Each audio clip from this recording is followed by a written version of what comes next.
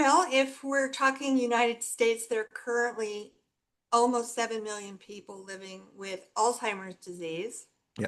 It is the sixth leading cause of death among the elderly, Hmm. but it is a global tsunami on its way. In the UK, Finland, and the Netherlands, Mhm. it's the number one cause of death. Welcome to the Root Cause Revolution, where we go beyond band-aids and ask what's really driving your symptoms. I'm Dr. Stefan Neff, a former anesthetist turned functional medicine doctor, and this show is all about getting curious, digging deeper, and reclaiming your health from the ground up. Just so you know, nothing you hear on this podcast is medical advice. It's here to inform and inspire. Please talk to your doctor or a trusted functional medicine practitioner before making any changes to your health. Today I've got Lisa Skinner with me, and we both have a passion for Alzheimer's. Now, that is probably the weirdest introduction that I can possibly do. Who in this world has a passion for a neurodegenerative disease that anyone else just wants to shy away and melt into the background? Here are two people, two very like-minded people, who have developed insights into a disease that, or I shall say, a disease spectrum that is so challenging and that is getting worse and worse. If you look at the statistics over the last 10 years, 20, 30 years, they speak volumes. Unfortunately, our lifestyle and so many other reasons have caused an avalanche of dementia victims. And it is so brutal because there is so much we can do, both to prevent dementia, reverse early dementia, and manage the symptoms effectively when it comes to later down the life. Lisa, I'm so grateful that you're today here as a guest on my show. Welcome. Thank you so much, Stefan. It's such a pleasure to be here. I'm actually honored to be on your show today. And I just can't wait for us to dive into this discussion because it's going So- to be powerful. I mean, Lisa, you have lived and breathed this path for 30 years professionally. You are a dementia care practitioner. You're certified to run and to implement actually programs for dementia care. There are so many professional sides to you who have a tremendous experience with that disease. But often enough, our interest is not something that you read in a book one day and think, that's interesting, I might get into that field. No one said that ever. There's always reasons for that. When was your first experience with dementia? Well, I agree with what you're saying. I can never remember a time when I was growing up that I said, oh, I know what I want to do with my life. When I grow up, I'm going to help families, uh, get through this devastating situation. My very first experience was 50 years ago Hmm. when my grandmother started telling me about these birds that lived in her mattress. They would come out at night and peck at her face. Oh. She pointed to her walls. I was over at her house visiting, and I was there by myself with my grandmother. She was pointing to the walls and she was saying, don't you see them? Don't you see them? And I'm like, what am I supposed to be seeing? Hmm. She said, oh, those rats. They're running all over my house. They're invading my home. This Hmm. is in addition to the birds living in her mattress that peck Hmm. at her face. And then the last thing she shared with me was that these men that she was referring to were constantly breaking into her home.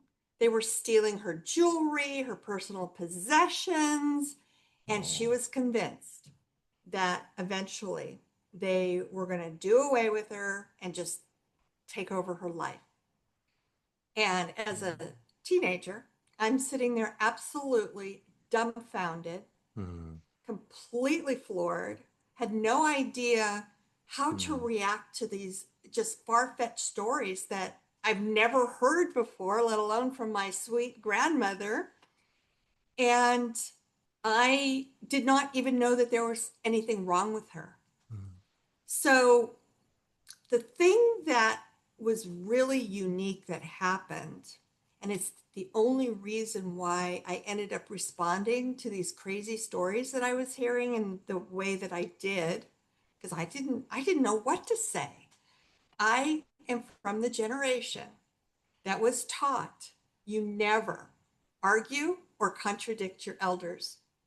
I had utmost respect for my grandma. I adored my grandma. So what I did was I said, "Oh, grandma, this must be terribly frightening for you, especially having these birds come out at night and peck at your face." Mhm. I said, "We need to do something about this." I said, "Let's go in your room and show me how they're getting in and out of the mattress. So maybe we can figure out a way to get rid of them so you don't have to always be terrified. You Oh, can get a good night's beautiful. sleep again." So we did, and I threw her covers off. I'm looking everywhere, on top of the mattress, underneath the mattress. I'm not seeing any holes in the mattress or any evidence of birds. So I said to her, being very careful not to contradict her Mm. and make her feel bad, I said, "So, Grandma, help me here. I'm really not seeing where they're able to get in and out of your mattress. So, can you show me?" And she said, looks at me straight in the eye, and she says, "Oh, Lisa, they're there. They're just very, very clever." And as it turns out, it was an absolutely brilliant um, response to this false belief that she was having, a delusion that I was witnessing.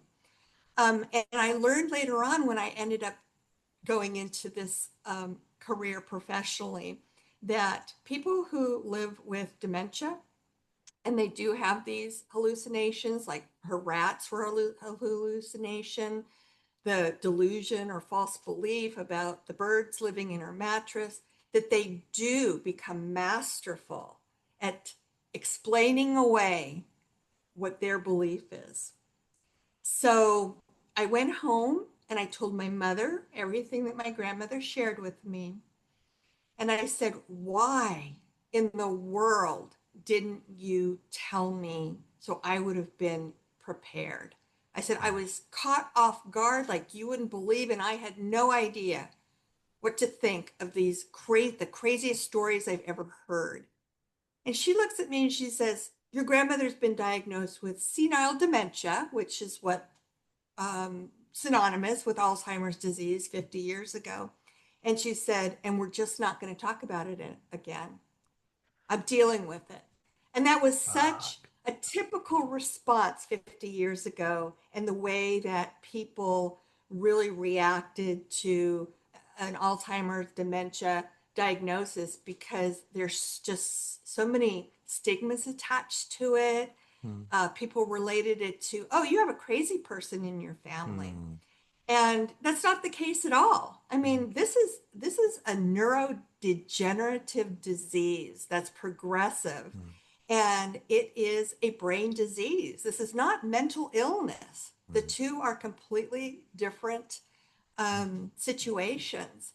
Mm. So that was my first experience. It was I will never forget that day as long as I live. It has stayed with me 50 years to the day.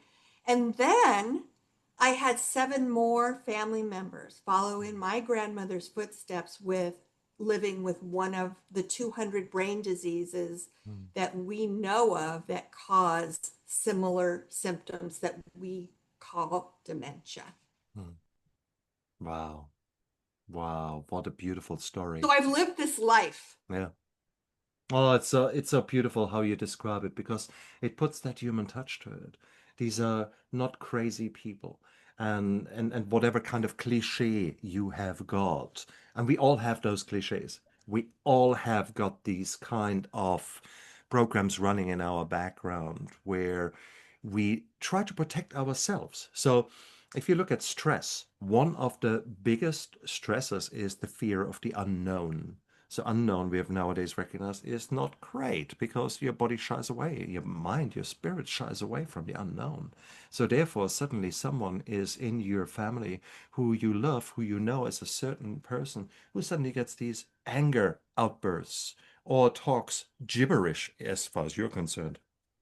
Confabulation in the words it basically means you're making up stories in order to fit what this person truly perceives to be the truth, because they can't figure out, hang on, Correct. where is my watch gone? I know I've put it last night there. Well, last night that you remember was probably 20 years ago where you put it there. And in reality, it's probably somewhere in the freezer or God knows where you have put it.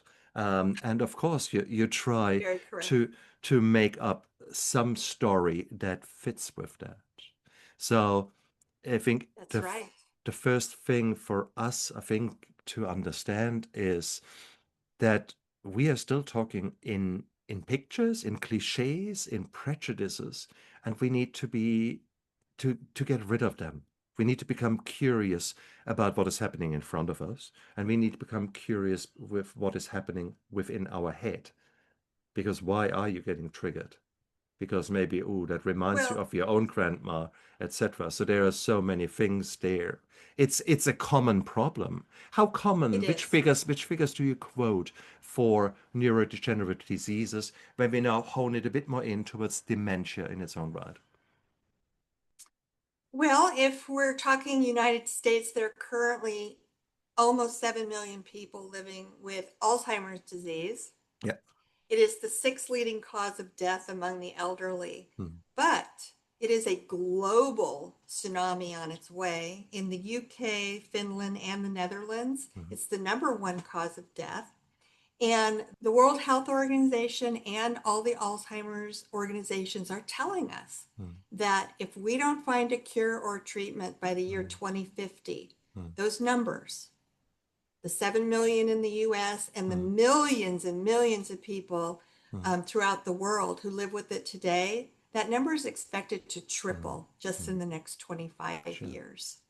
And we are not prepared Okay. for the tsunami that's on its Absolutely. way. Now, you know Unless, what? I some miracle happens. call BS here. And BS, in my words, means bad science, not bullshit. So bad science, because how many people actually are diagnosed appropriately with dementia? Most people run for years prior to actually getting a diagnosis. So therefore, if we were to say 7 million, well, these are the 7 million that are probably in the further end stages, that where it's so blatantly obvious. That's right. Whilst the real figure, I would dare to say, is probably factor 10 of the early stages of Alzheimer's.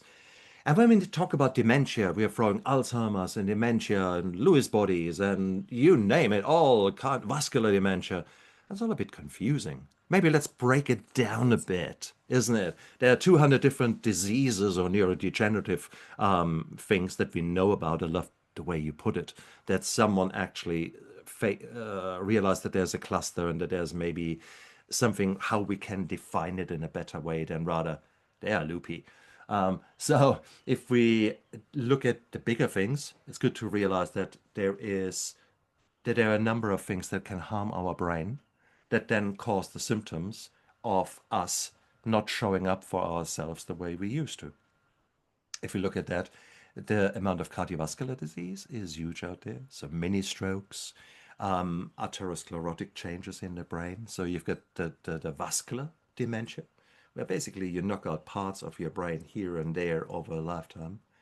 And that's probably quite hard unless you address the underlying root cause, the cardiovascular system, and the reasons that you're having many strokes. There's probably not much you can do to massively reverse that trend. So that's where we really need to look at root causes. But that's about 40%. 60% is really the Alzheimer's. It's a disease that we still struggle to come to terms with because, once the genome was explored and we've got now the whole genome there, we think, yes, we got the genes. We can figure it out. If you just knock out that gene and that gene, it's going to be all fine. And we learned, again, BS, bad science. What do you think about genetic testing for everyone with regards to seeing if there's a predisposition for Alzheimer dementia in the case of ApoE4 It's a genetic marker that for a Well, while was put out there. we actually do know that there's a genetic predisposition. That's one of the non-modifiable risk factors that we have that is we can't change it. We inherit that APOE4 gene from either our mother, our father, or both parents. So if it is passed down to us, we as an individual can potentially carry that one allele of that APOE4 gene, or we can carry two. Now, does that mean that you're going to develop Alzheimer's disease? Absolutely not. Woohoo! What it means, Thank you. Thank you. your risk is higher. So if you have two alleles of the APOE4 gene, you're at double risk of developing it later in life. Or if you carry one, you're at a higher risk than somebody who does not carry it. But it still does not put that nail in the coffin, because you can live the rest of your life completely Alzheimer's disease free, even if you're carrying one of those APOE4 genes. Beautiful. It just increases your risk of it. So that's something to be aware of. So maybe you can implement some of the other risk factors that we know of to help decrease your chances of developing it. Lisa, I love you. This is just so beautifully said. Oh. No, honestly, it is. This is one of the banes of my life, because we have got this whole generation who has believed the kind of genetic hypes. If you have a DNA analyzing system, then of course you want to put all the marketing out there here, figure out your risk factors, etc. And there's so much emphasis being put on, oh my God, you have got X, Y, and Z in your genes. In reality, that is, I often compare it with the fact that you have got a pistol. Now, your genes are loading the magazine, but your lifestyle is pulling the trigger. Only because your magazine is loaded means absolutely nothing in many cases. There are some cases which is absolutely blatantly obvious. There is glass bone disease, or these very weird diseases where the baby comes out and basically dies because of one genetic damage. So there's this extreme of some diseases which are clearly genetically, you can't do anything about it. That is what is happening. And then there's a huge gray zone. And ApoE4 as one of the markers for dementia, I think falls perfectly in there. The more people we are testing, the more people we find where there are very healthy people who have no signs and symptoms, yet they are both alleles ApoE4 positive. So I think Right. we That's will, very true. isn't it? So therefore, it's so beautiful. But I agree with you. I do in my practice, I do recommend testing, because it puts a certain degree of urgency on there.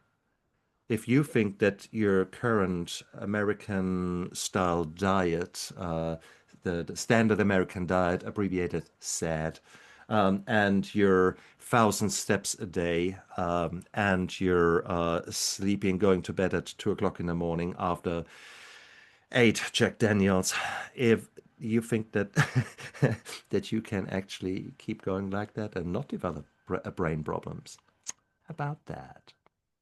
So brilliant. Genetics, we too agree 100%. Now, if we now were to look at what actually makes it more likely for you later on to develop signs and symptoms that might be consistent with Alzheimer's. What do you think? I mean, there have been a beautiful position statements and beautiful scientific summaries being done. But if you were to talk about it, what are sort of the risk factors that start maybe in early life, then the risk factors during our the time when we bloom as humans, and then risk factors later in life that you actually develop signs and symptoms of Alzheimer's?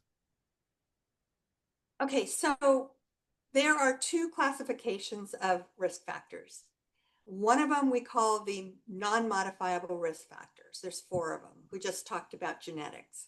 And then there's a huge list of what we call modifiable risk factors, because they're treatable, modifiable. Mhm. All right. So the 4 risk factors that we can't change, the number 1 is our age. The older we get, the higher our risk becomes of developing Alzheimer's disease. That typically shows up starting at about the age of 65, with the exception of what's called early onset Alzheimer's, a rarer type of Alzheimer's, which shows up before the age of 65. That's the difference. Then there's our gender. We know today that more women develop Alzheimer's disease than men. We cannot change our age. We're going to age chronologically, and that's going to move, keep moving forward. We can't change our gender. If you're a female over the age of 65, those are 2 risk factors now that are not in your favor. The third one is genetics, that APOE4 gene. You either inherit it or you don't. And then the last one is our ethnicity. We now know that there are certain people with certain ethnic backgrounds that are at a higher risk of developing Alzheimer's disease than others. Hispanics are higher risk. Asians are at a higher risk. Pacific Islanders that are a higher risk, and African Americans are at higher risk than some of the other ethnicities. And we can't change that. So there's 4 right there that we can't modify in our life. We are what we are. Then we have to factor in the modifiable. And you said it a little earlier. The number 1 modifiable risk factor to either increase our risk of developing Alzheimer's disease or minimizing is cardiovascular disease. You're just spot on that. But the difference is it's treatable. A lot of people who suffer from hypertension or high blood pressure are being treated by their physicians. And they're doing a lot of the right things. They're getting exercise. They've changed their diets to, a Mediterranean focused diet or a keto diet. Absolutely. And so what that does is negates that from just compounding the risk factors to increase your risk even more and more and more. And then there's several other medical conditions that increase a person's risk factor, but again, they're treatable. Diabetes is huge, huge risk factor for increasing a person's risk of developing Alzheimer's. Sleep apnea is huge, and we've only really realized that about in the last 60 years, but it's treatable with a CPAP machine.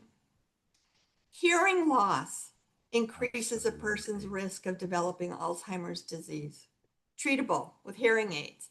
So all of these things, if these conditions apply to you, but you're under a doctor's care for them and they're being treated, then you are helping minimize that risk from all these things being kind of, stacked against you, if you will. Absolutely. And then there's the lifestyle choices. And these things, in addition to everything I've just gone over, have been shown to increase our risk of developing Alzheimer's disease. You mentioned it earlier. This is huge. It's our diets.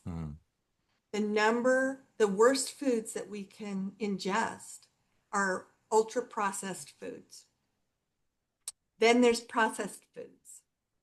Then there's the white stuff, or the simple carbohydrates, the white bread, the white flour, the white rice, the white potatoes. These are all simple carbohydrates that spike our sugar levels pretty quickly and increase our risk of developing Alzheimer's disease.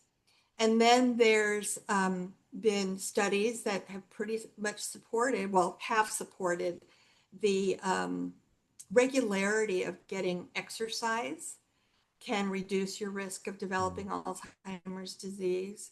And then cognitive stimulation, keeping your brain active, keeping those, neurons firing up. Absolutely. These are all things that studies have given a direct correlation to not that you will develop Alzheimer's disease, but will increase your risk. So the Absolutely. bottom line, what Stefan and I are saying to you here is all these things that we've just brought to your attention, Mm. count them up and see how many apply to you as an individual. Mm. And the more things that you can do um, to negate those risk factors from Mm. basically piling up on you, and Mm. you know that Mm. that's kind of the bottom line, the lower your risk becomes. If you do nothing, we've identified all of these risk factors. If you do Mm. absolutely nothing, you don't make any changes, you're not getting your medical conditions treated, Absolutely. you're, not making healthier diet choices, Mm. you're sitting in front of a television set all day long. These things are just going to Yeah. continue to increase your risk of developing Alzheimer's disease. Mm. And it's significant. It can help minimize your risk by up to 40% in some people. That's huge. I would dare to say that the last figure is not correct. I think there's increasing body of evidence coming out which shows us that if we are absolutely aggressive in changing our lifestyles, not just tweaking a bit here, tweaking a bit there 6 months later, but actually do a systematic approach where we say, okay, what are your risk factors? Let's deal with them aggressively, and modify all the lifestyle factors, then it's virtually impossible not to get better in your whole metabolic health. Because what are the risk factors that you described? We are talking about cardiovascular disease, we talk about the diabetes, we talk about this metabolic chaos of systemic inflammation that affects our brain and every other organ. Well, that is fueled massively by gut problems, leaky gut, by environmental toxins that we haven't touched upon, but which are part and parcel of it. All the microplastics, all the mycotoxins, so mold disease. Do you really think that you living in a moldy house in New Orleans because your house was flooded during the last hurricane, that when there's black mold on the ceiling, do you really think that you have got a healthy brain? I don't think so. So these are just so many examples. And I think the studies and the Alzheimer's societies, dementia societies have done great work of putting big headings out there, yet they have not yet linked it really together. For example, if you say, well, the risk factor is Alzheimer's, cardiovascular disease, link it together. Systemic inflammation that is fueled by X, Y, and Z. So you've got, if you actually work now on the systemic inflammation and reduce the stop pouring fuel onto the fire, so to speak, Yes. and therefore reduce cardiovascular and the many other metabolic diseases that there are. If we now working on optimizing our hormones, our organ function, if we work on the autoimmune disease, that is separately fueling our poor health. The autoimmune disease that was caused by your body screaming out, stop throwing all that rubbish of food at me, stop, finally start living a life as you were meant to be. And we suddenly calm down the Hashimoto's or the whatever other autoimmune disease there is. Suddenly we see all that magically getting better. So this is not a quick I fix, couldn't agree with you more. isn't I it? could not agree with you more. Absolutely. But the So it's a, challenge is, yeah. one of the challenges that I have observed in at least the last 30 years is when we're younger, the farthest thing from our mind is, why should I worry about what's going to happen to me in 30, 40, 50, 60 years?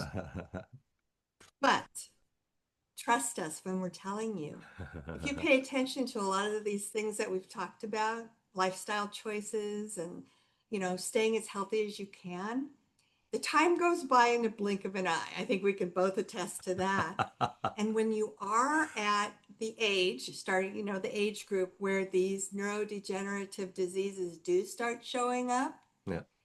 you might at that time say to yourself, if it doesn't pick on you, I sure am glad I listened to Lisa and Stefan way back on Neff Inspiration, because it may have skipped over me because I Yeah, paid attention and did all sure. these things. Exactly. And I've been there. I mean, when I was in my 20s, I wasn't worried about what the heck was Oh, going to happen to me when I was uh, 60, 70, 80 uh, years old.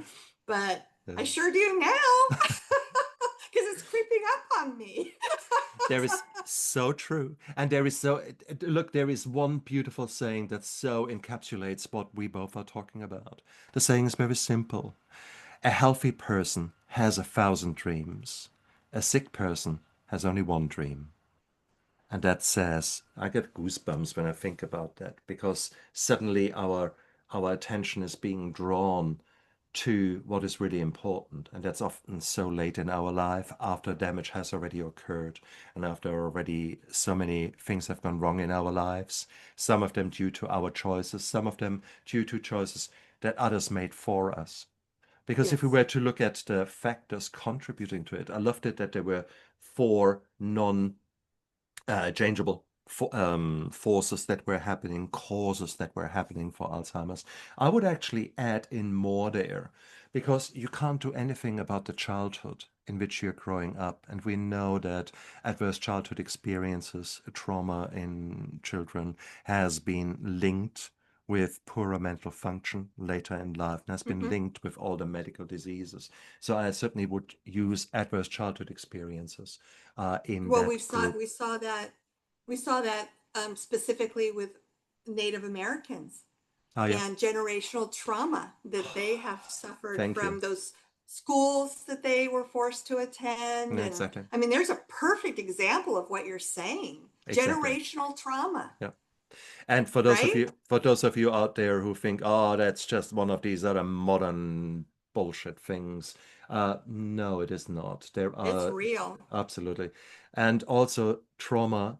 When we say generational trauma, that has been handed down from previous generations in our genes. Right. That sounds Oh, yes, in BS. our genes. Not Absolutely, just and psychologically, but in our no, genes. in our genes, because we have seen that there are studies certainly from concentration camp survivors, Second Hmm. World War, later on Yugoslavian Civil War. I think there were studies most recently from Syria, the Civil War, where now the offspring has shown epigenetic changes. Offspring, I sound like a bloody scientist in a crazy study. Humans that have been, that were born during those hard times and were essentially, or were born after those hard times, I have to say. So, Syria, Civil War, people fled. Now the children were born under much better circumstances, yet showed markers of increased inflammation, markers of increased damage epigenetically. That is amazing. So we see that. So trauma in its own right has a huge contributing factor, I believe, in the development of physical problems later in life. So children, most definitely, and there's things that we can't do much about. Um, Equally, children's health. There was a crazy study 20 years ago. Crazy in the sense of doctors wanted to finally show that taking the tonsils out is only money making for doctors. It has no real benefit for children. And suddenly they realized in those children, when they followed them up, that their IQ points raised by 10 points once you took their tonsils out, because they had chronic obstructive sleep apnea at night, they were tired, they were not functioning, etc. So we saw that suddenly children's health has actually a direct implication of later on in their development in their life. So you see already that there is a spider web of causes that are linking together. Some of them we can't do much about. And certainly when we talk about our children and maybe what we have undergone as children, there's not much we can do about that. But then there are all And these you can, modifiable things, isn't it? yeah, and you can correct me if I'm misspeaking here, but my understanding as to one of the reasons why sleep apnea is a risk factor for increasing a person's risk to develop Alzheimer's disease is because it robs you. You stop breathing during your sleep cycle, and you don't benefit from going into the deepest sleep stage, REM sleep.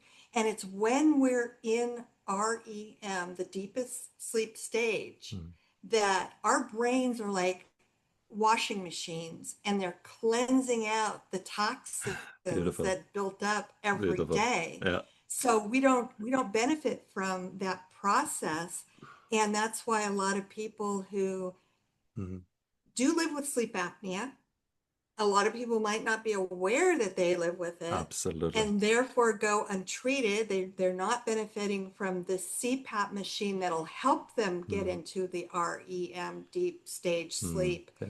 And a lot of those people have shown that they are much more likely to develop Alzheimer's disease than Absolutely. people who are getting quality Yeah. sleep. Is that a statement that you agree with? It's beautiful, beautifully said. It's a deep stages of sleep. It's actually the non-REM is the deep sleep, but it doesn't matter. It doesn't matter how we label them. It's the sleep architecture because every night we are going through 2, 3, 4 stages of really deep sleep. And then towards more the morning hours, we've got this kind of rapid eye movement sleep where we sort of work with the memory and where we work with other parts of our brain.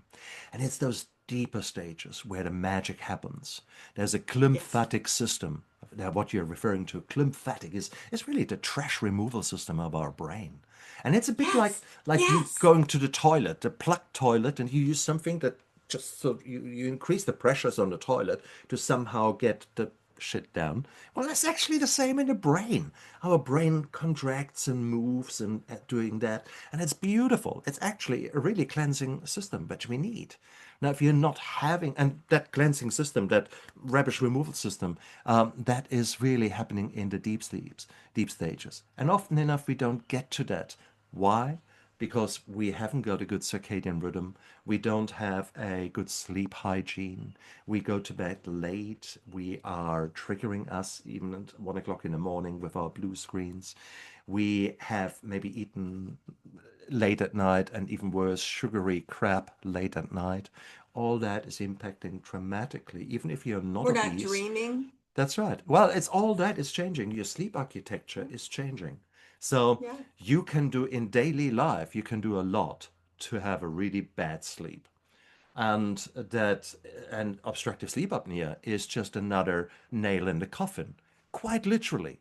Because once you come to the point that you might actually benefit from from a CPAP machine, my goodness, by that time your mortality, the chance of you dying within the next 5, 7 years, has gone up about 40, 50%, something like that. Every Right. night, someone is crawling into your bed and is strangling you and trying to kill you. In this case, it's just your own weight and it's your own anatomy here.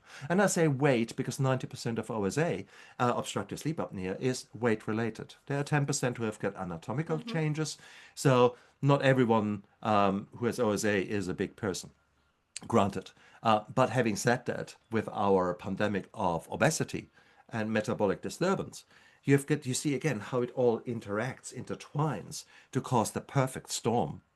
And at the end That's result, right. you look at the end result of dementia. Oh, how could I possibly have ended up like that? We have just explained to you the multitude of reasons that worked together. And I think this is a powerful privilege to know that. This is that so many things are your choice.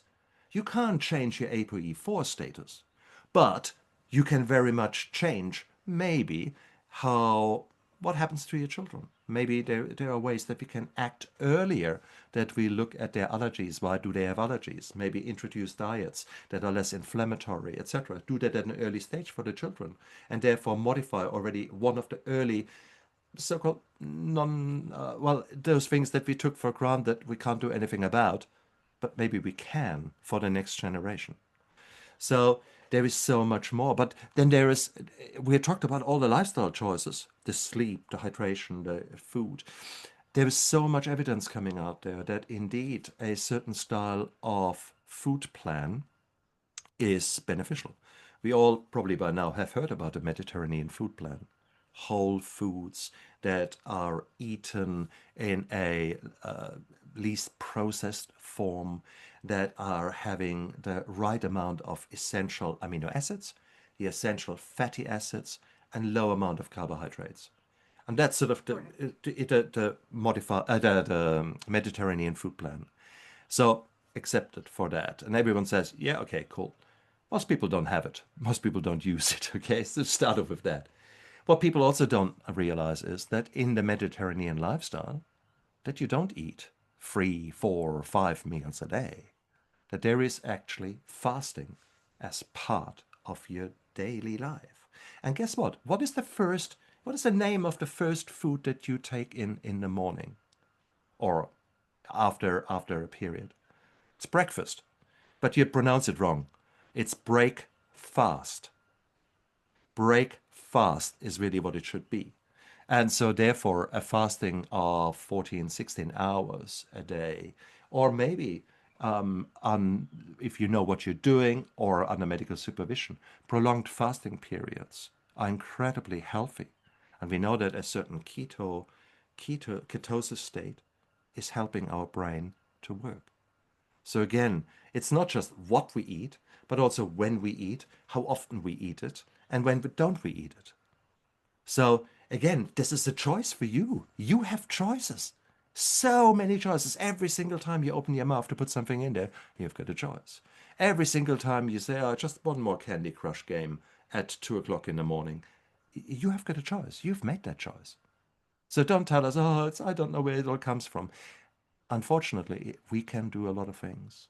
And we are here. I think, Lisa, your frustration, you must be boiling over with frustration that you see all those things that are remediable, that things that could be changed in a lifestyle, and therefore minimize the risk. If you were to rank it, if we were to think about low-hanging fruit, about people making changes in their lifestyle, what would you say are the low-hanging fruit? To your point, everything that we're sharing with your listeners today is backed by science and studies, but it's only been in the last maybe 40 years that Mm, we are becoming aware of these things that can either increase our risk of brain disease or mm, hopefully lower our risk. yeah. But I would say, and all the things that we talked about that we can't change, those are already against us. Mm, So the low hanging fruit to me is exactly what you just emphasized. The low hanging fruit are the things that we have choices about, mm, that we can control and make conscious mm, decisions, because it can make a difference. Even if you do have risk factors that apply to you as an individual, and we can't change that.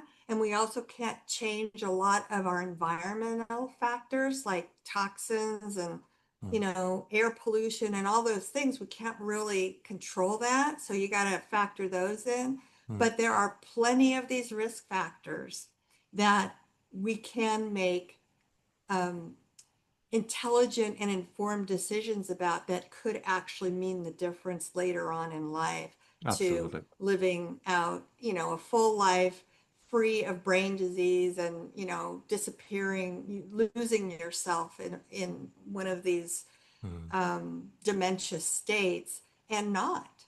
So that to me is the low hanging fruit. It's beautiful. Beautiful. Absolutely. I couldn't agree more. I want to touch also on the importance of our five senses, because ultimately there are further contributing factors. Later on in life, we know that the risk of signs and symptoms of dementia is going up with poor hearing, poor vision. So a hearing aid can actually be a life-saving intervention. And we never think about those things. We think about them as inconveniences, but they have been clearly been shown in studies to massively contribute to a rapid deterioration of an existing neurodegenerative problem, isn't it? Do you see that I'm as kind of wondering, I can't help wondering how many of these things that we have brought to the surface today, and people's reaction going, I had no Mm, idea mm, that poor sleep could mm, increase your risk of developing Alzheimer's disease or absolutely. hearing loss, or these are all science-based facts that have Mm, been mm, substantiated. But absolutely. it's pretty recent information, and I'm Mm, not saying yet from yesterday, but in the last, what would you mm. say, 30, 40 years maybe? Oh, ah, no, see, you're giving a lot of credit to the medical profession.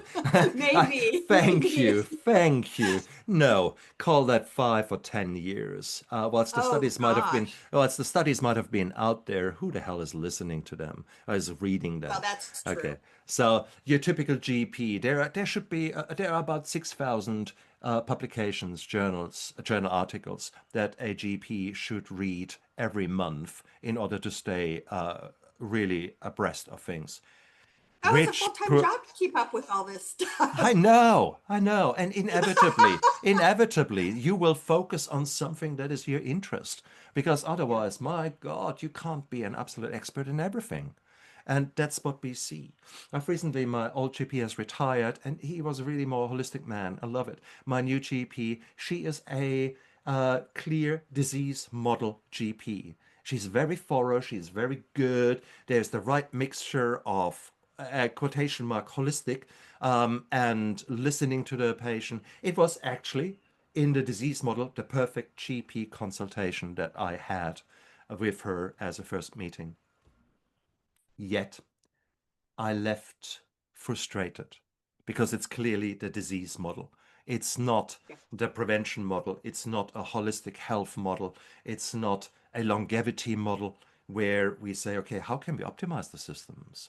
We have been given this sports car as a body and this sports car as a brain, and no one has ever told us about maintenance. And here we are racing through town 220 miles an hour every day, all day long, 16, 18 hours a day. And then we are wondering why the wheels are coming off or why the engine light's coming on. No, we have not filled up the oil. We are not looking after the water. We are not changing the tires at times. And guess That's what? a great analogy. Oh Yeah. no. You don't put oil in your engine, what's going to happen? The engine's going to blow up, right? Exactly. That's Eventually. that's exactly what we do. That is humanity in a nutshell. And unfortunately, the disease model is only fueling that kind of thinking, whilst a functional medicine model, or indeed a preventative model, such as what you're doing. I mean, you come from a care. How can we optimize the care for those people there? So you are still part of the ambulance at the bottom of the cliff, but you in the field of Alzheimer's, we at least have identified more and more how valuable a fence was up there, and we're putting the evidence out there that okay, if we put a piece of wood there, a piece of wood there, a piece of wood there, it's far less likely that you come off the cliff. And so I think that is the beautiful thing. We have got these options that we can do nowadays. Now, from a functional medicine point of view, I also think of several. Sorry, oh, there's so many things I want to discuss with you. I'm so excited. the, when it comes to optimizing the metabolic chaos within us, there are many nutraceuticals. There are many kind of vitamins, micronutrients, etc., that might be of benefit. There are certain adaptogens that might be really good to address oxidative stress, that might be good to address maybe our parasympathetic and sympathetic balance within us. What do you see in reality? Do you think that these things have a value based upon your practical experience right now in the United States, working with dementia sufferers and with systems that are caring for them? You know, it's not my area of extensive knowledge as far as nutraceuticals go. Um, I I'm kind of on the fence about them because I haven't done enough research or seen enough results in people Oh. that Wha- really would position me to say, oh yeah, if if mm, you're on the right combination of mm, nutraceuticals and blah blah blah blah, then you can, it'll mm. make a huge difference. You can reverse this blah blah Yep. blah. I Yep. I don't have enough um I haven't seen enough results to substantiate that. I love But that. it's, again, it's not my area of really extensive knowledge because I don't really A very see a lot humble, of people that are. please. Sure. I mean, that's, God, you let me pick that apart because, first of all, what a beautiful, humble answer and a very true answer. Here you are dealing with it the whole day long. You're seeing these people, yet you don't see results.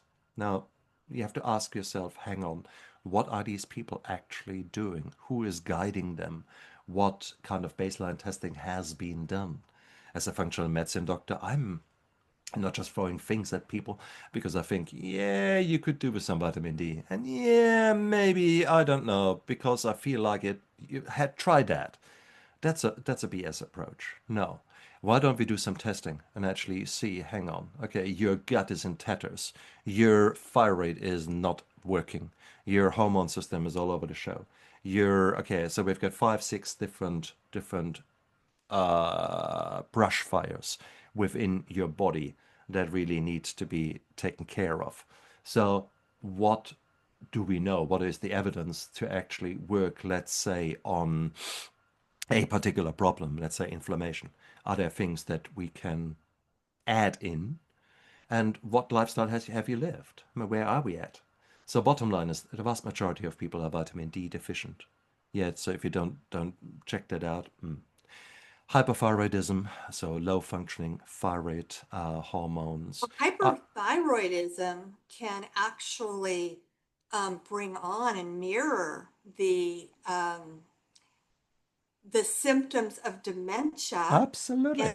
put people in a state of what's called mild cognitive impairment. But if it is Absolutely. due to the root problem being a thyroid condition or a urinary tract infection, it can be Absolutely. treated and reversed. Absolutely. If the root cause of your symptoms are actually one of these brain diseases that we've been discussing, it's progressive.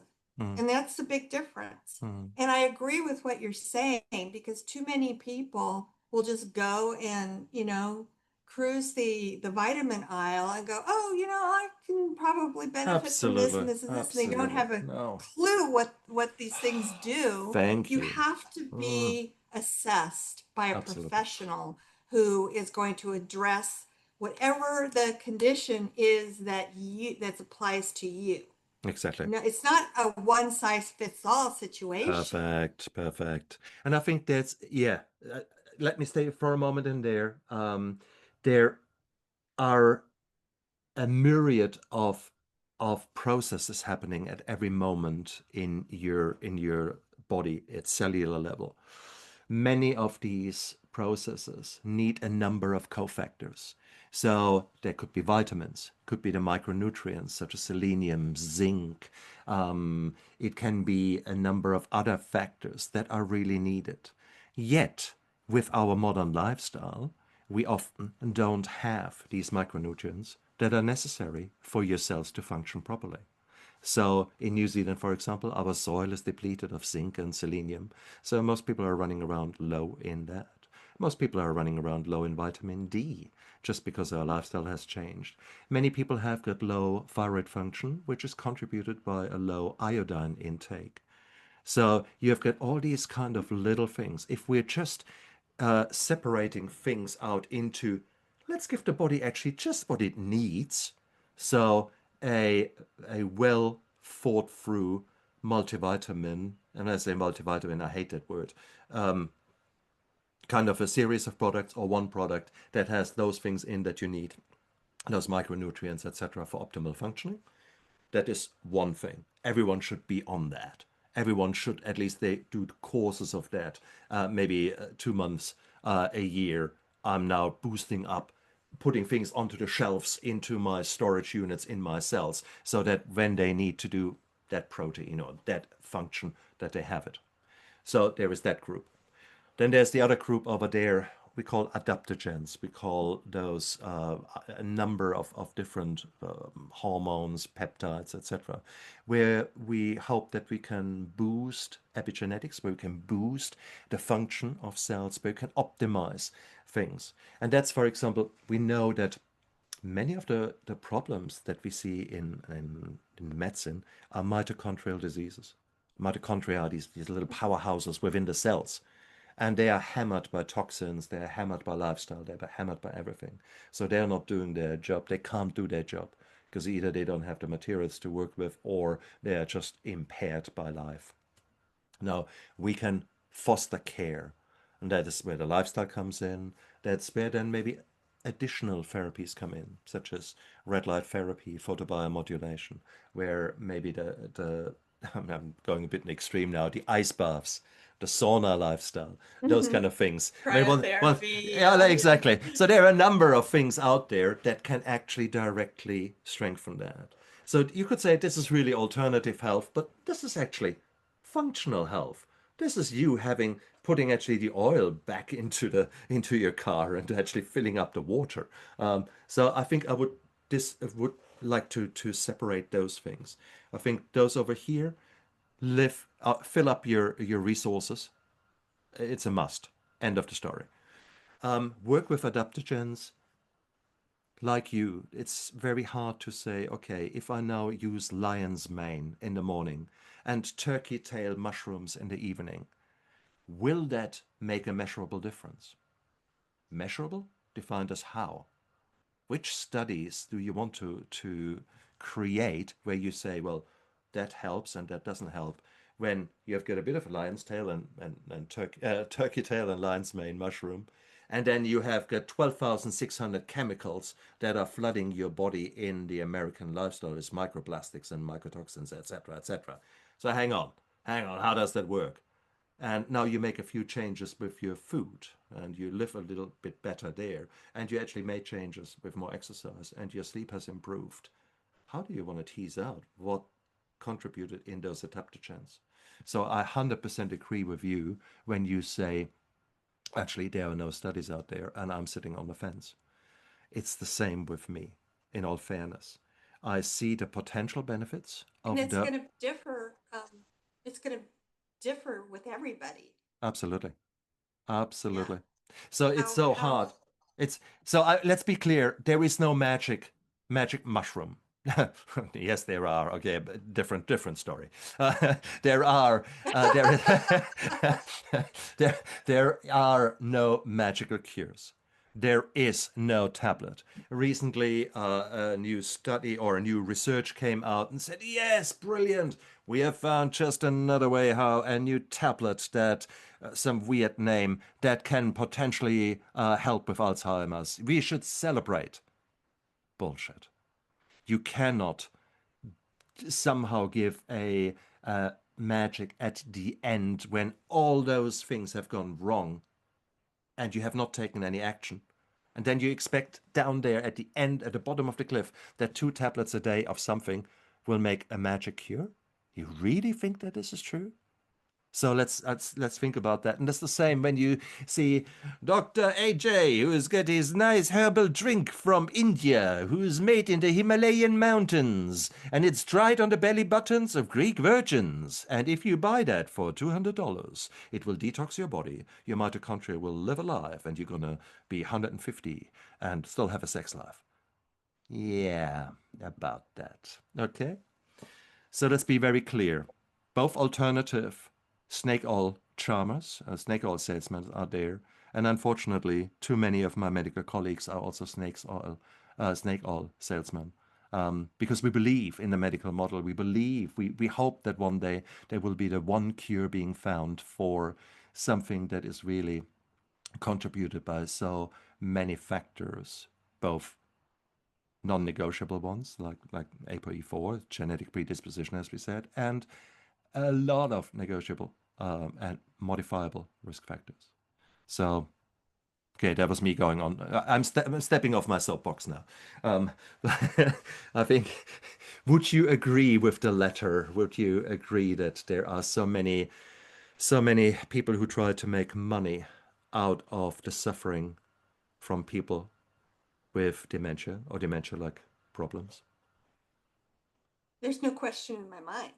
The answer is yes, of course. I mean, I think that's pretty standard, and just our culture is we try to see how we can profit from anything that's going on. But yeah, in the dementia world, definitely. How can we distinguish between some true new breakthroughs in medicine or allied health and things that are potentially beneficial? We just don't have the evidence yet or the studies, but there might actually be something. And true snake oil that is being sold to us under very dubious circumstances. How can we distinguish from these three groups? That's probably one of the most important questions to discuss, because in my own experience, and this is one of the problems that I have, and other people do too, because so many people have expressed to me, have confided in me that they don't know what to believe. They don't know who to believe. There's so much misinformation. There's so much Absolutely. disinformation, and it changes on a dime. Mhm. And I spend an insurmountable amount of time trying to stay up on um, verifiable research that I can make sure I am sharing accurately with people, Exactly. because there's just so much um, untruth out there. And people, it's just too confusing. You just don't know what you can believe and what you can't believe. Mhm. And then if something does, Alzheimer's disease is part of mainstream media finally. It hasn't been it's only been that way pretty much since post-COVID. Before, nobody wanted to talk about any of these things, even though maybe the studies were done 40 years ago. They haven't been talked about 40 years ago. And that, I think we both know, is the absolute truth. And it's the same with, this information that is out there that, okay, well, that sounds like it might help my dad um, reverse his dementia. So let's try it. But how do you know? How do you know that you can trust what you're hearing? And and that's one of the problems that I have with what I do, Mhm. is because there is so much mis and disinformation out Absolutely. there. And it's Yeah. so the reason I'm asking that 6, 7 days ago, the New York Times, a reporter, um, looked into the Alzheimer's, and their heading here, I'm reading it directly: an expensive Alzheimer's lifestyle plan offers false hope, experts say. That's the heading, and that is basically the journalist then goes through a very poor research on the work of Dale Bredesen, and of his recommended plan that essentially we have outlined here. And he has just more popularized it. He has written a book in 2017 to actually outline his findings, and the article goes into depth to say how bad it all is, that there is no evidence for it, that, oh wow, this poor person has now to take 34 capsules and tablets along with 2 scoops of powder. What a challenge for their life, and so on and so on. They found one person whose disease actually worsened despite all the good attempts of changing things. And they said, wow, we have spent $1,000 a month or something like that.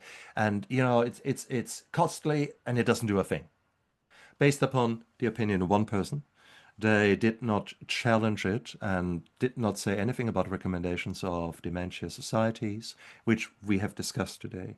They did not bring on Dale Bredesen to actually hear his opinion. It's the divided states of America, which is now coming towards a quite a reputable newspaper like the New York Times. I always thought, I mean, for Christ's sake, wasn't it the New York Times that broke the Watergate?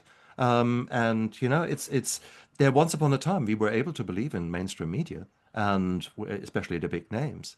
Nowadays, I am incredibly disappointed in this particular case. Just the sheer fact what a rubbish journalism it was. Leave regret. Leave alone. I'm not saying that a popularized protocol such as Dale Bredesen is the be all end all, but it gives us a structured way how to approach those many modifiable lifestyle choices. So I think if we look at it from what can we actually do about signs and symptoms of dementia, we can try to prevent it. We can try to treat the underlying root causes, and we then can manage the symptoms. And maybe, just maybe, we can, in some patients, we can actually do tremendous reversals on the early stages or prevent further deterioration down the line. So if we Well, herein take, lies part of the problem.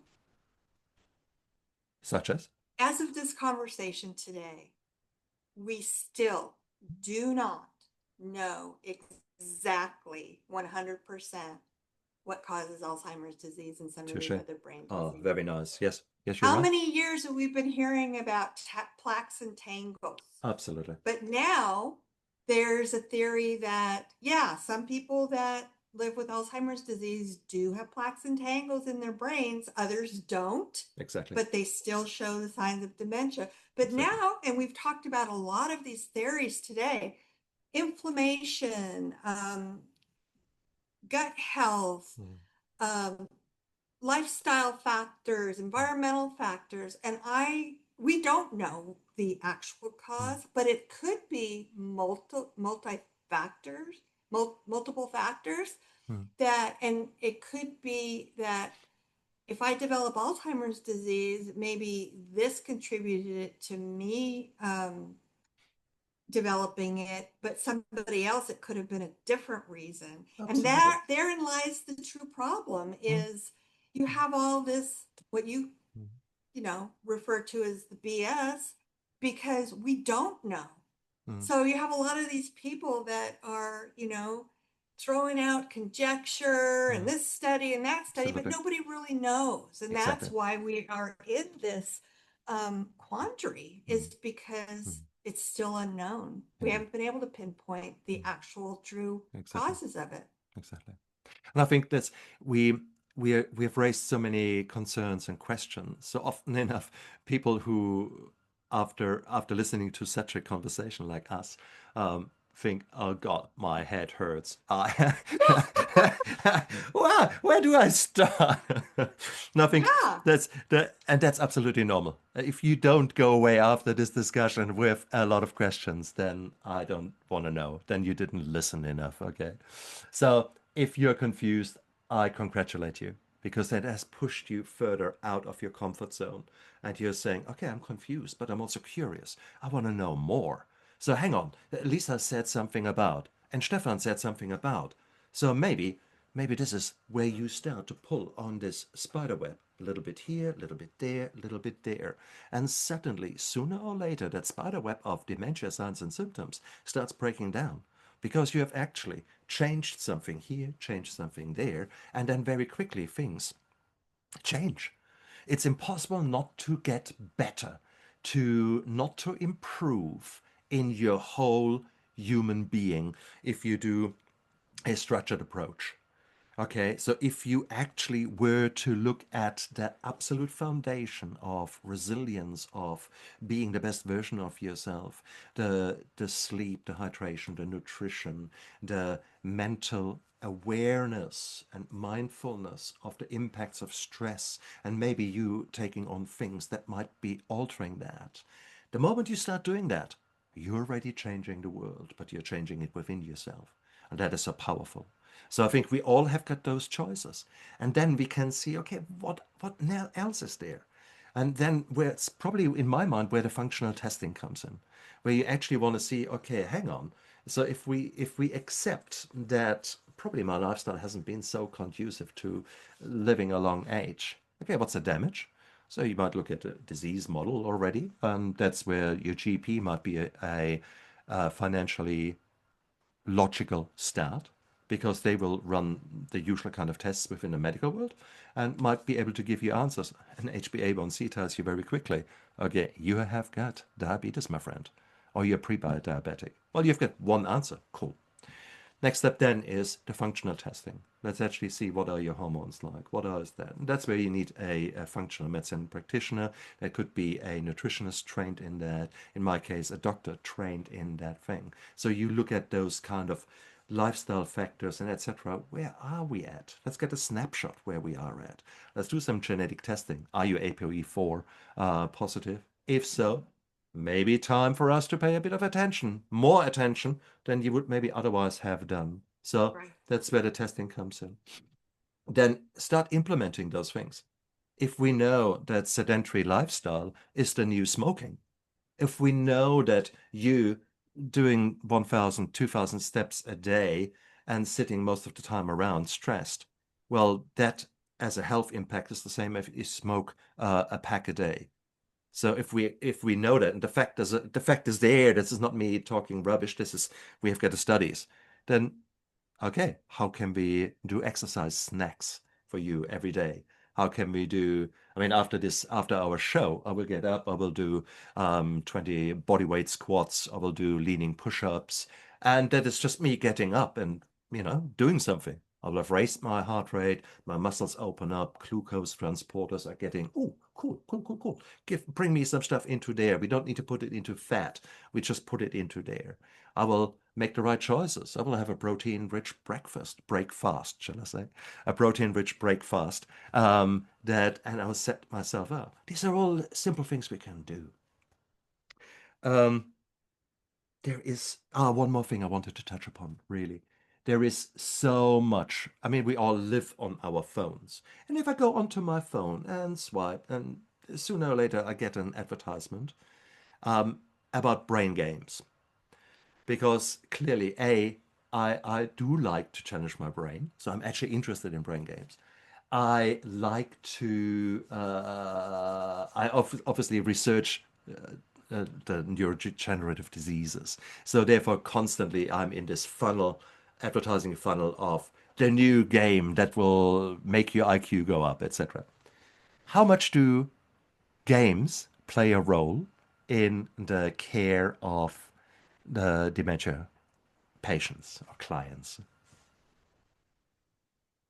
Anything that compels us to use our critical thinking skills Mm. will benefit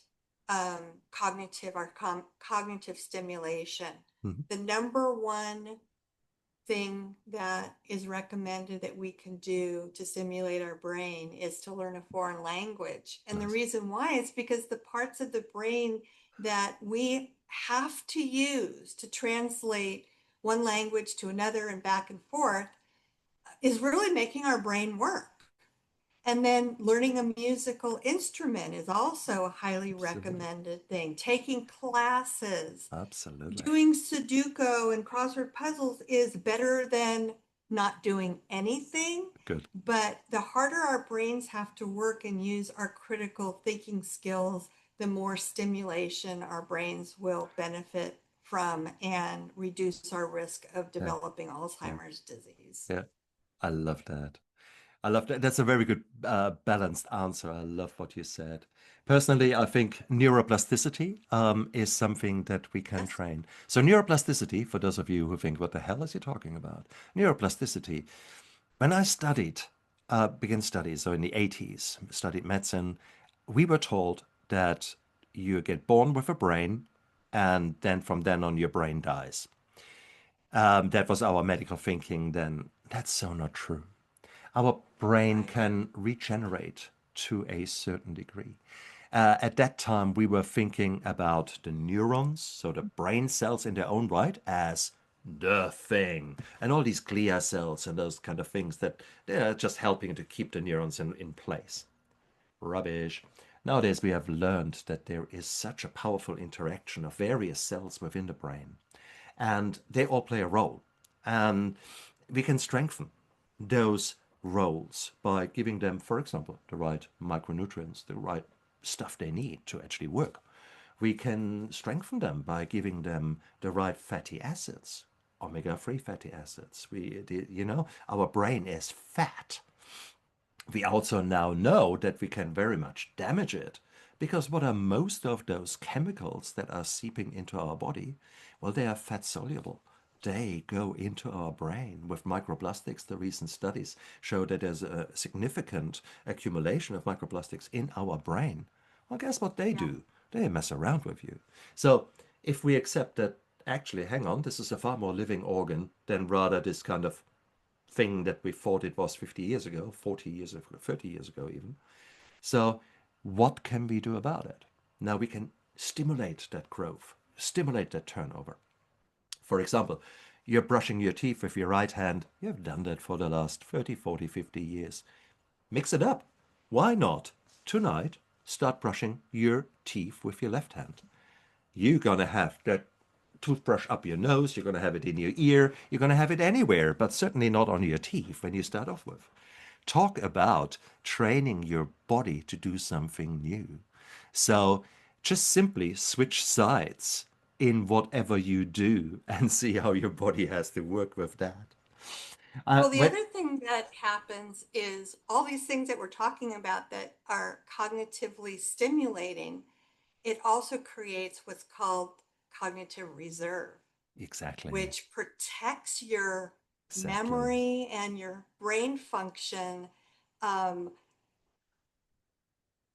as you age, and doesn't die, as you say. You're born with a brain and then it Exactly. dies. It Exactly. actually protects your brain from that happening, right? Exactly. I love that. Absolutely love that. What we have not paid attention to equally, I mean, when I was saying the switching over the toothbrush from right to left, I mean, that's certainly beautiful neuroplasticity training.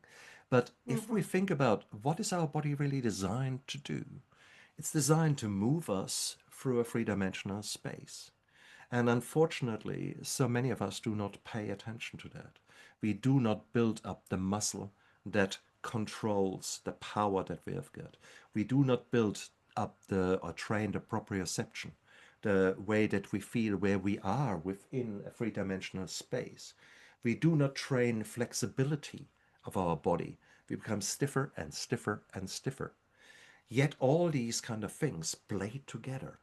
So if you have got a poor functioning body because literally you neglected to do anything physical, you're so on the back foot, and it's much easier for you to trip and break your femur, your fractured neck of femur, is often a death sentence in the elderly.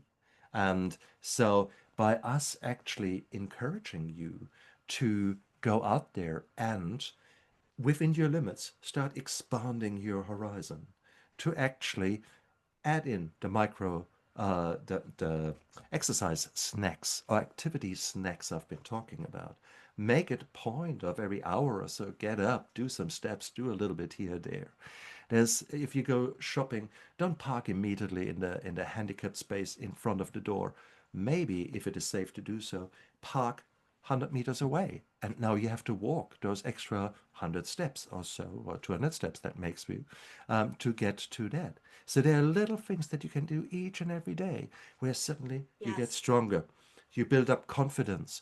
You build up a resilience. I love the thought of reserve that you just put into my mind. It's the same with your body. So you're actually training yourself again just as much as when you were a toddler and you were training how to actually crawl, how to knee, how to stand and then walk. Now, you did that when you were young, and no one ever said, "Oh my God, look at her. She fell down again. Stop walking. That's it. Forget it. No more walking for you. You failed 10 times in walking. No more walking for you, okay?" Yet we accept the same thing with age. Oh no, you're just getting older. It's okay. BS! Go out there, live your life to the fullest. If you're thinking Mediterranean lifestyle, if we talk Mediterranean food plan, well, really, if you look at centenarians, people who live up to 100, yes, they eat the Mediterranean food plan, but they also live in a setting where there's community, where it's normal to move. There's, yes, you have got this beautiful food, but then thereafter you get off your ass and you go for a walk along the Ramblas in Barcelona. Or so you go for a walk as a family afterwards. That's normal. You have fasted in the morning. That's normal. So there's so much more. Don't think about the food as a quick fix. It's food is medicine, yes, but food is part of medicine. There's so much more. I think our movements need to be added in there. And if you then add community, for example, you join a walking club, or you join another club that learns to play the ukulele. Okay, you have no idea how to play the ukulele. Who cares? You have fun. Trust me, you will have fun. You will make a fool out of yourself, and it's going to be amazing. You, as a young person, you loved to juggle. Maybe you were quite good naturally in juggling. Why not join somewhere a course? How to learn more juggling skills? What better dexterity can you develop there? What new skill, what new balance, what new power do you put in there whilst you're laughing and whilst you're having fun? Combine these things. Put a new purpose in your life. And the moment this becomes your new mission, you suddenly are bound to live your life in a much fuller way that is very much protective against diseases such as Alzheimer's, and that ultimately allows you to leave a legacy. Your legacy is not that of, oh, look at her, how she ended up there in the nursing home. No, people will say on your deathbed celebration, they will say, wow, look at her. She really kicked ass. There were all these challenges. And here you are, seeing her at the age of 70, juggling balls. That would be something I would put into my eulogy. Okay, so it's sometimes really good to think ahead and think, what is my future? And Yeah. you're the author of that future. So, Yes. oh, wow, I'm got a bit emotional there.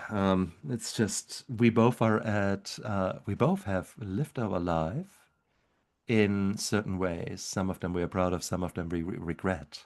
But it's the past. The past does not equal the future. And so therefore I strongly believe that you and I, based upon what we have discussed today, we are better human beings after this show, after our discussion. No question. Because we have connected, we have felt a passion that maybe sometimes is a bit dormant, and it's so powerful.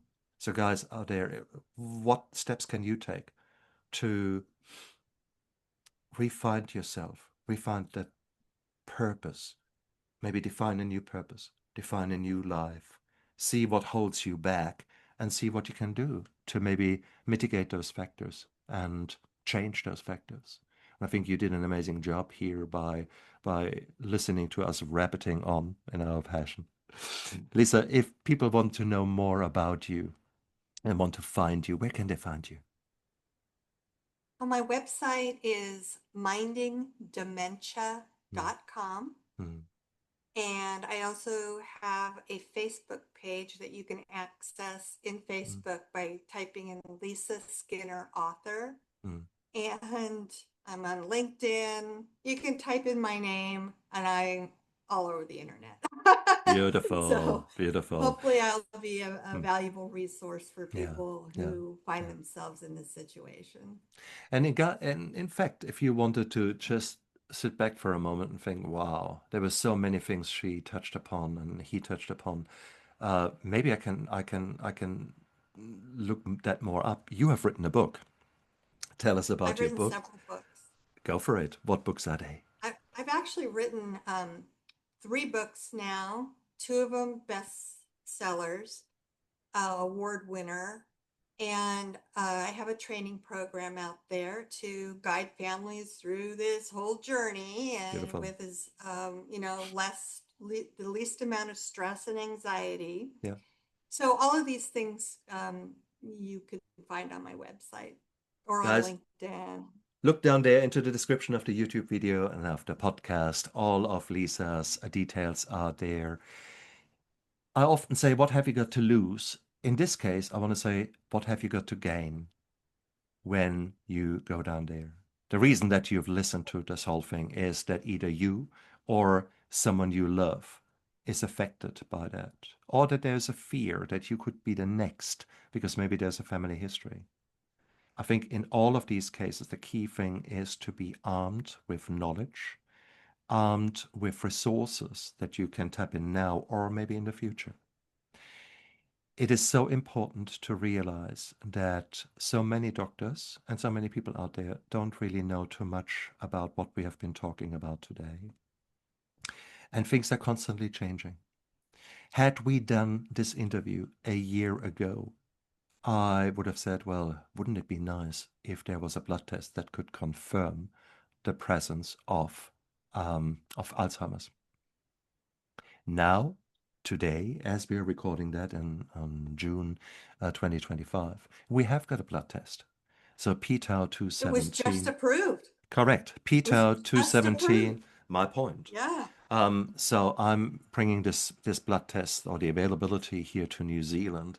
Unfortunately, it is a two-tier medicine system. You have to pay for it, and it's not cheap to actually get that test taken, the blood taken, spun down, frozen to minus 60 degrees, sent to the United States.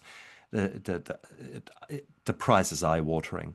At the same token, if you're suffering from a disease and you're not sure, is that actually Alzheimer's, yes or no? We now have got a blood test that's highly specific for Alzheimer's. If you add in GFAP and another blood test, then you can also see how active other neurodegenerative diseases are within your brain. So we have got these opportunities nowadays. And with that, I want to say, don't just take no for an answer, or hey, this is just you getting older, or whatever kind of rubbish you're being told, where people disarm you, where people disempower you. I want you to be empowered. I want you to know that the past does not equal the future, and that whatever challenge there is ahead, there is a lot of information out there that might be highly, highly applicable to you, and with which you can turn back time. Who says you can't live to 100? And with that, I don't mean the next 40 years live in a nursing home. I mean you going dancing when you're 80, you learning Argentinian tango when you're 90. I don't care. Who says you cannot live the life that you would deserve to live? And I strongly advocate for all of us to make the most out of our situation. And you will be amazed where you will end up if you take that, if you incorporate that sense of curiosity and a willingness to learn. More importantly, the willingness to take action. It's all quite pretty to listen to us here rabbiting on, but if you then don't take action, yeah, well, I'm sorry. Yes, that's it. You're destined for what you're destined. If you take action and change things, then wow, miracles will happen. Lisa, you're amazing. Love you. This was an amazing talk, amazing Really interview. was. Yeah, I think we could go on and on and I on and know, on and on. isn't it? Isn't it? All good If, things must come to an end, oh, right? hell yes, hell yes. But Lisa, if there's one thing that you would have loved to know as a younger woman, if you could, if I lent you my time machine and you can go back in your own lifetime to a younger version of yourself, what message would you send that younger person?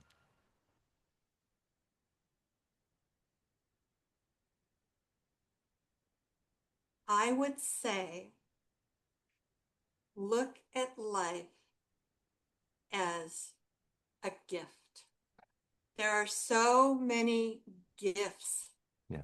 staring us right in the face. Oh yeah. And all we have to do is grab them and use each one of them as a stepping stone into a happier, healthier life. And I wish I'd realized that 40 years ago.